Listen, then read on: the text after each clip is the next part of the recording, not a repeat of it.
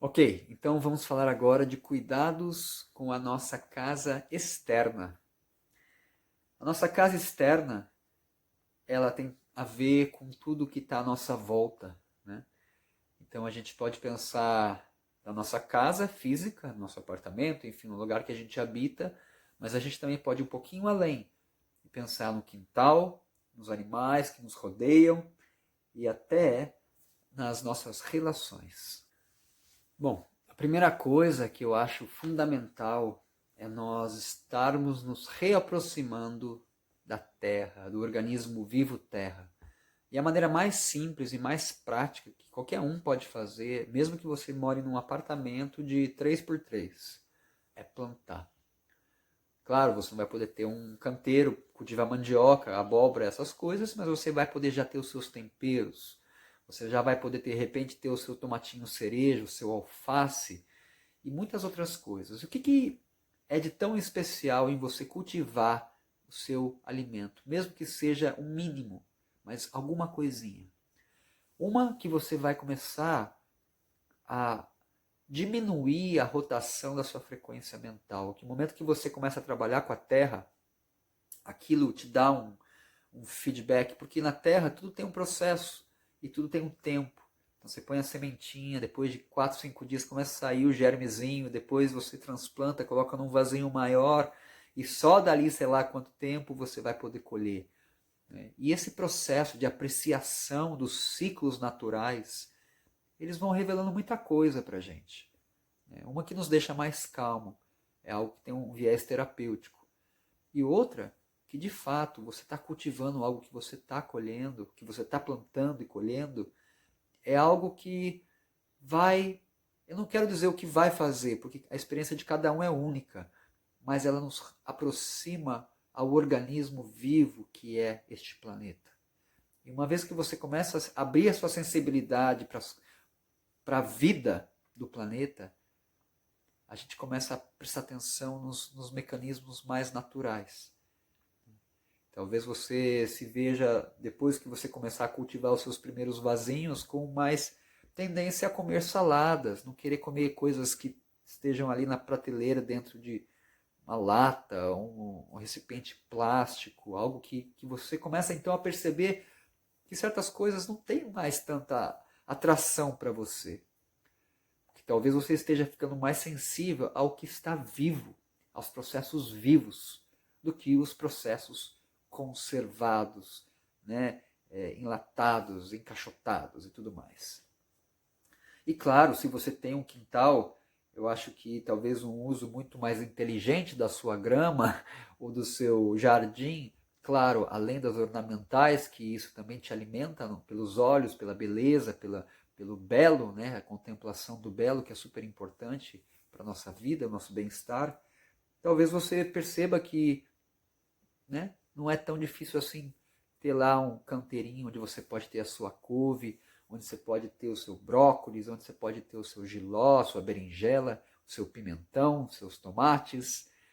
E se você tem crianças, eu encorajo muito você a fazer isso com as crianças, tornar essa atividade lúdica, porque até então o quintal era visto como um lugar de lazer, né? E plantar é coisa de roça, quem mora na roça e tudo mais. Só que não. A gente está vendo a transição de um planeta onde a comida convencional está cada vez mais contaminada.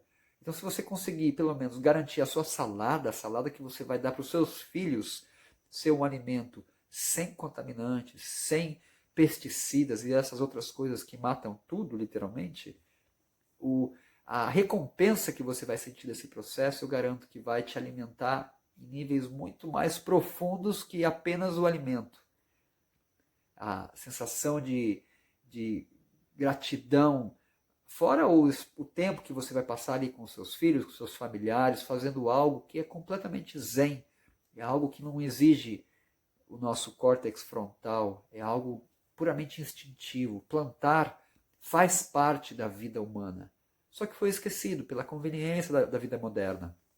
A gente cada vez tem essa obsessão por tecnologia mais rápidas, mais eficazes, downloads mais rápidos, uploads e só que Aonde que a gente está chegando com tudo isso? A vida está ficando mais conveniente? Sim. Mas será que nós estamos mais resilientes?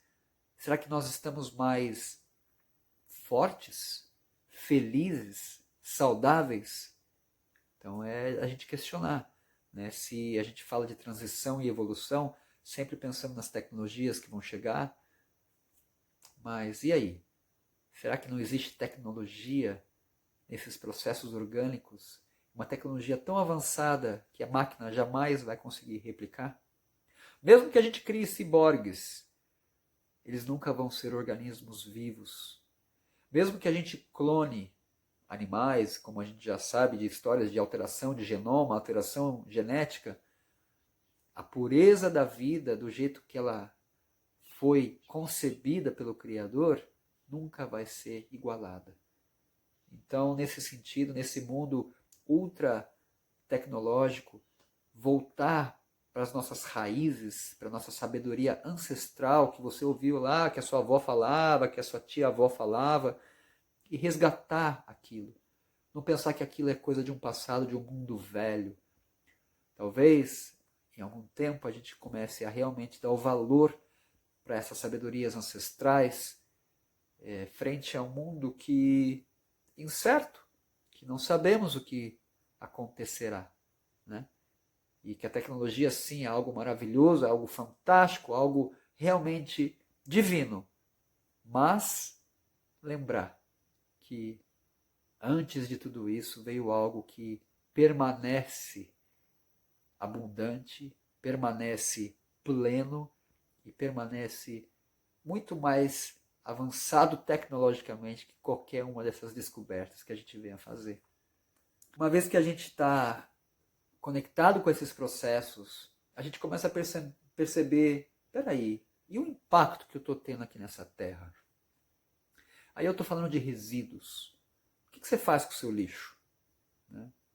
O lixo é uma coisa, e não só o lixo que a gente produz, tá? Mas o lixo mental, o lixo emocional, é uma coisa que a gente foi condicionado a isso, não querer lidar. Então a gente joga no cesto, depois a gente amarra o saquinho e dá para o lixeiro levar. A gente faz o que a gente tem que fazer no banheiro, puxa a descarga e nem sabe, imagina para onde aquilo está indo. A gente pega aquelas emoções mais difíceis de lidar, guarda ela num compartimentozinho bem fechadinho e deixa lá. O contato que a gente tem com os nossos resíduos é algo não tão fácil, mas algo muito importante de se fazer. No momento que você começa a ver os resíduos que você está gerando, não só, como eu falei, a nível de objetos, de saquinho, de embalagens, mas a nível também mental, você começa a perceber o quão importante é a gente lidar conscientemente com os nossos resíduos. Porque se está saindo da gente, se nós estamos produzindo, então que a gente tenha consciência do que a gente está fazendo, ou pelo menos aonde aquilo está indo. E o que a gente pode fazer para melhorar essa situação. Um exemplo prático na vida de todo mundo. A gente tem restos de composto, né? A casca da cenoura, o talinho do alface, o resto do arroz e tudo mais. O que você faz com isso? No momento que você coloca isso no saquinho de lixo, junto lá com a latinha do molho de tomate, a latinha não sei das quantas, você está misturando duas naturezas imisturáveis, que são os produtos orgânicos, os resíduos orgânicos e os resíduos inorgânicos. Então, uma coisa simples que você pode fazer na sua casa, mesmo que você more em apartamento, é começar a separar isso. Se você já não faz. Mas o fato de você separar não já é o começo, mas não é o bastante. No momento que você separa os produtos, os resíduos orgânicos dos resíduos não orgânicos, o que você pode fazer com esses resíduos orgânicos? Uma coisa muito legal que as pessoas vêm fazendo nas suas casas, ocupa pouquíssimo espaço, é ter um minhocário. Minhoca.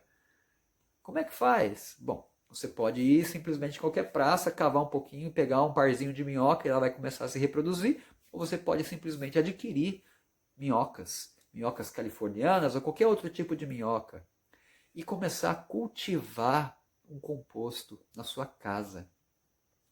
As minhocas, para sua surpresa, elas vão consumir a maioria ali dos resíduos do composto que você produziu. Algumas coisas elas não comem, tipo casca de laranja e tudo mais. E aí eu te convido a estudar sobre esse assunto. E você depois vai ter uma terra de uma qualidade muito boa, ok? Que você vai cultivar a sua saladinha, que você vai colocar no pezinho do mamoeiro na casa da sua tia. Você vai estar devolvendo para a terra um ciclo.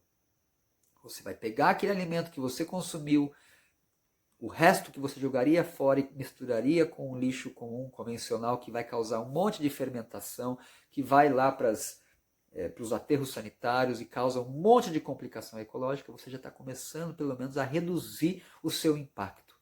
Então, muito importante você olhar para os seus resíduos. O mais fácil deles é o lixo que você produz.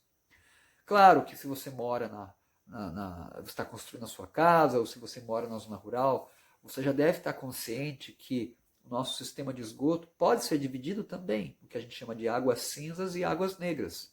Água cinza é água de chuveiro, água das pias, e água da lavagem de roupa e tudo mais. Águas negras é a água do vaso sanitário. E não há por que elas irem para o mesmo reservatório. Então, a gente já vem estudando e aplicando formas de saneamento que você não mistura esses dois resíduos, que também te dá muito mais capacidade de, depois que você soltou essa água, você está tratando essa água. E a gente tem algumas formas de tratar essa água, vários tipos de saneamento que hoje em dia vêm sendo usados, por exemplo, a bacia de evapotranspiração, que é fantástica. Também o biodigestor, que são 3 caixas que vai haver um processo de decantação e depois você coloca alguns micro-organismos aí dentro. Isso para quem mora em casa, para quem está construindo agora. Você que está na cidade, isso já está feito. Então não tem muito o que você fazer nesse sentido. Mas você pode sim colocar o EM na sua fossa, na sua privada. O EM são micro-organismos eficientes. EM, Effective Microorganisms. Eles são feitos a partir da fermentação do arroz. Você pode fazer ou você pode comprar de algum produtor rural, alguém que já trabalhe com isso. Então, qualquer dúvida também, entre em contato que eu vou poder estar auxiliando vocês em qualquer um dos quesitos dessa apresentação. O EM vai fazer, esses micro-organismos vão estar efetivamente consumindo todo aquele resíduo, inclusive resíduo de fossa, de águas negras, ok? Resíduos com desodorante, com shampoo, com detergente, com tudo. EM são fantásticos, são assim os nossos grandes pequenos, né, recicladores. E a gente trabalhar com o EM também dá para ser usado na limpeza, porque esses micro-organismos eles consomem todo aquele resíduo que a gente não vê. Realmente é fabuloso trabalhar com o EM. Eu já gravei alguns vídeos sobre EM no meu canal, mas enfim, é algo que vale a pena você pesquisar. EM, tá? E começar a usar na sua vida, colocar nos seus resíduos. Detalhe que minhoca não gosta de EM, tá? Então não vai, no seu minhocário não coloque EM, que você pode matar as bichinhas.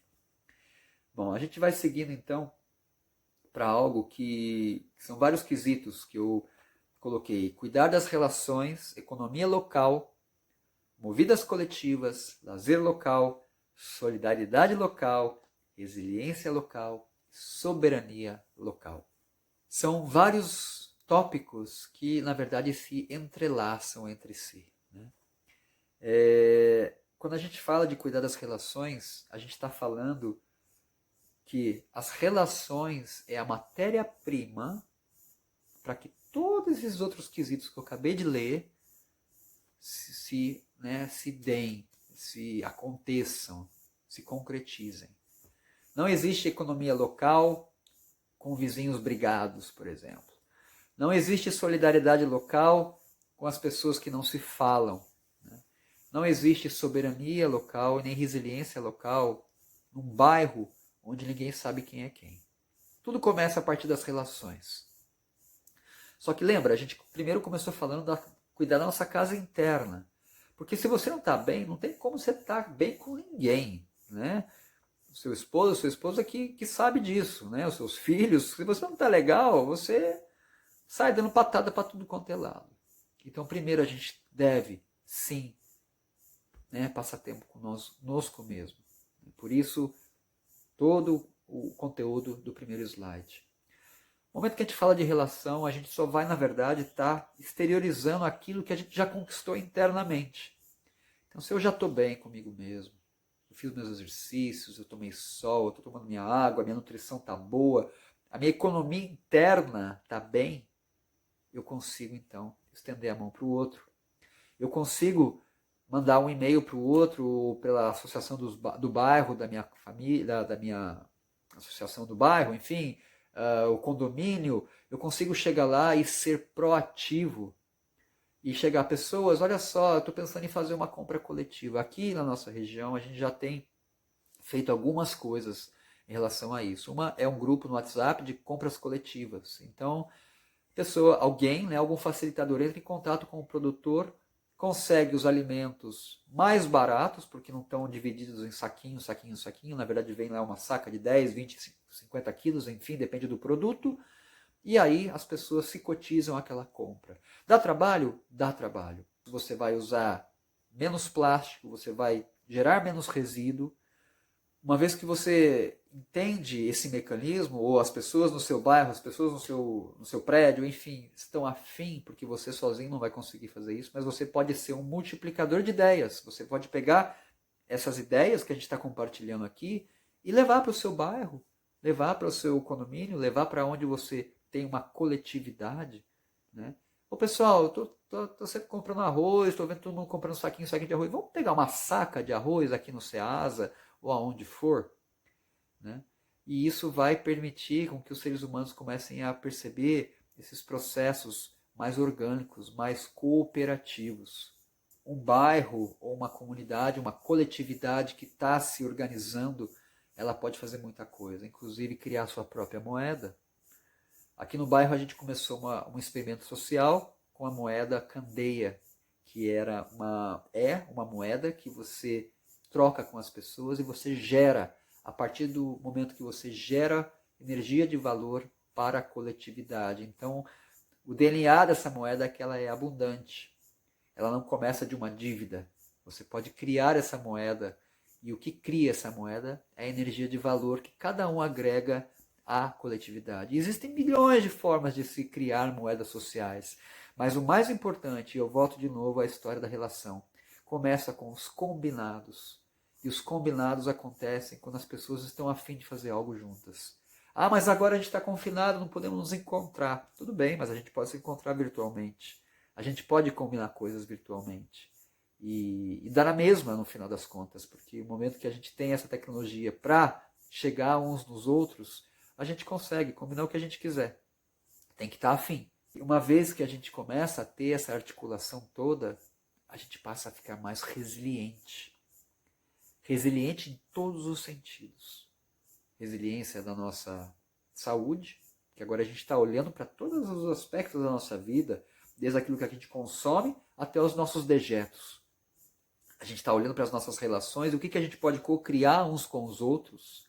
A gente está olhando para sabedorias que eu não tenho, mas o meu vizinho tem, ou a tia-avó do meu vizinho ensinou ela a fazer um certo procedimento para tirar, sei lá o que, enfim, pedra da vesícula. Percebe? No momento que existe uma rede de apoio que está sinergeticamente se conectando por laços de empatia, por laços de amor, por laços de fraternidade, nós passamos a estar muito resilientes. E isso nos confere soberania, uma soberania local. Isso não vai negar o seu trabalho, os seus talentos, pelo contrário, é colocar todos os seus talentos, todas as suas aptidões para co-criar mundos novos.